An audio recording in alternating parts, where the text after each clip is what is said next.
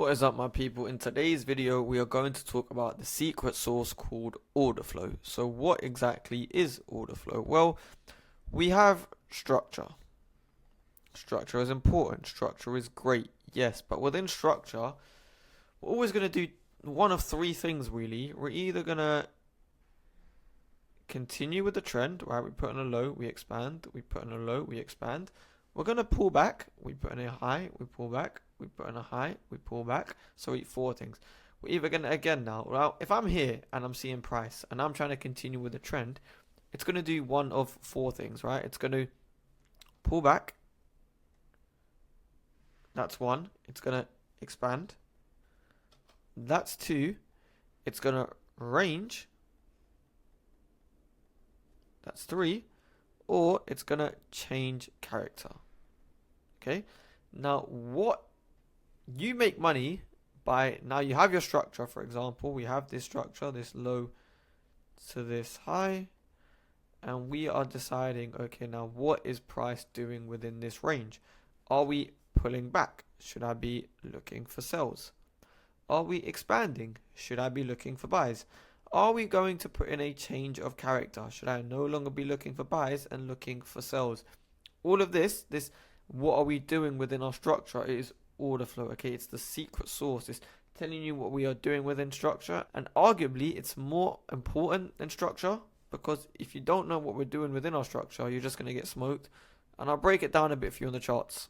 So again, let's start with our structure. So this, we have a breaker structure here on the 5 minutes, so that gives us this swing point. So lower time frame structure is higher time frame order flow. That's why it's always good to use a combination of time frames. So this is my higher time frame break of structure. Now, am I looking to enter in this fair value gap? No. Why? Because I only enter my previous swing point, which is this high to this low.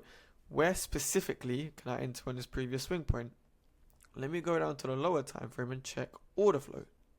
You can see if I follow the path from the left to the right, put in a low and then we put in a high. We put in a low, then we this high, put in the low, this low, indeed put in a new high. We came back, we respected this zone, we pushed through. We came back, tapped into here, we pushed through. Okay, so let's just focus on this lower time frame structure, because this is what we said is higher time frame order flow. Now we can see we're putting in bearish zones. This was the first zone where we indeed switched bullish, when we got to technically change the character, because this low took this high. We came, we respected this zone, we moved up. That is your first sign of bullish order flow. That is your sign of a market reversal. So now with market reversal, we should expect a trend continuation. Market reversed, we expanded, we came back into this zone, we expanded again. What do we notice about this zone as well? We got a beautiful 6 taps. 1, 2, 3, 4, 5. Swept liquidity, we expanded up. So now this zone has been mitigated. There is no reason for order flow for price to return into here unless we're going to change character. So that's how we can guess change of characters, by reading order flow. Now we have this zone. What do we notice about this zone here? Price hasn't come and mitigated it. We haven't filled in these areas here. So this zone here, okay, this is where I'm going to be looking specifically for my trade. So when we go back to the 5 minute, I've gone from this big point of interest to this refined area here. Now when price finally does retrace into it, if it doesn't retrace into it, guess what? I don't take a trade. Perfect. I'm going to go down to the lower time frame and I'm going to read order flow. Order flow. What's my structure like on the lower time frame? Who's in control, buyers or sellers? Right now I have no indication that buyers are back in control. I can see we put in this low. Now buyers are trying to step in and take out the sellers that were present here. Let's see if they were successful in doing so. We can see price expanded to the downside.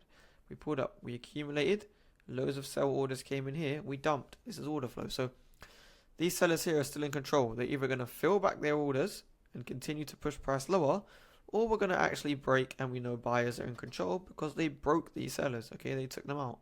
Let's see. Okay, sellers are still in control. So now we have a new break of structure between this low and where we broke it. So again, if buyers are going to step in this my higher time frame demand zone, I need continuation. I need confirmation. Sorry. So we'll continue playing price out. Okay, this is my first possible sign of reversal. And the reason I say that is by reading order flow, I can see we put in a low. This low then put in this high. This high then did what? This high then put in a new low. And then we came and we ran that high. So this low actually took out this high. So these buyers down here took out these sellers up here. Now we're going to retest this zone here. Okay, it's exactly the same on every time frame. So we should expect the buyers to hold in here and continue higher. Let's see. Nice. So buyer stepped into here, filled in some orders and continued higher. Okay, we are possibly seeing now buyers step in a higher time point of interest and order flow switching from bearish to bullish. This, we know, had a lot of sellers in this area here. We accumulated, we got a big push down. You can see price came, filled in some orders. Drop down, price came, filled in some orders. So when we see this zone mitigated once, twice, it's less likely that this is going to hold because the orders that push price down have already been filled. But let's see if we sweep this and we do decide to fill in more orders in the supply zone. As you can see, is that a surprise that this tap into here gave us a lower low? No, because there were supplies. But what does this mean now? This also means that if this supply area here, if it fails to bring us a new low and we run that high, what supply tried to step in, tried to give us a new low with this downtrend, it failed to do so, and then we take all these supply buyers out. If we run this high, we've now stopped out all these sellers up here. Perfect. Now I know with confidence that bullish order flow has started, bearish order flow has stopped. The first confirmation, this low, this high, this low indeed took out this high. We came down, we touched into here, we continued higher, signs of bullish order flow. This final supply zone here, price tried to reject. This is amazing confirmation when price tries to reject, because then we know their seller's presence. It fails, and then we take them out too. I know buyers are in control now. Where can I look for an entry? Well, if I go to the M5, so here on the M5 is where we broke this area of supply. So we want to look at now, we know buyers are in control. They stepped in at this demand zone. We noticed, where are the buyers resting? Well, order flow, they are resting here in this little demand zone here. So it's the same thing. So we can now set our position in here. You can put your stop loss below just for this example. We'll do that. And we'll just target this high here. Play that out. Demand gets filled. And we take out these high here. So look how simple that was. Structure. Look at order flow. Lower time frame structure and order flow. Supply, demand.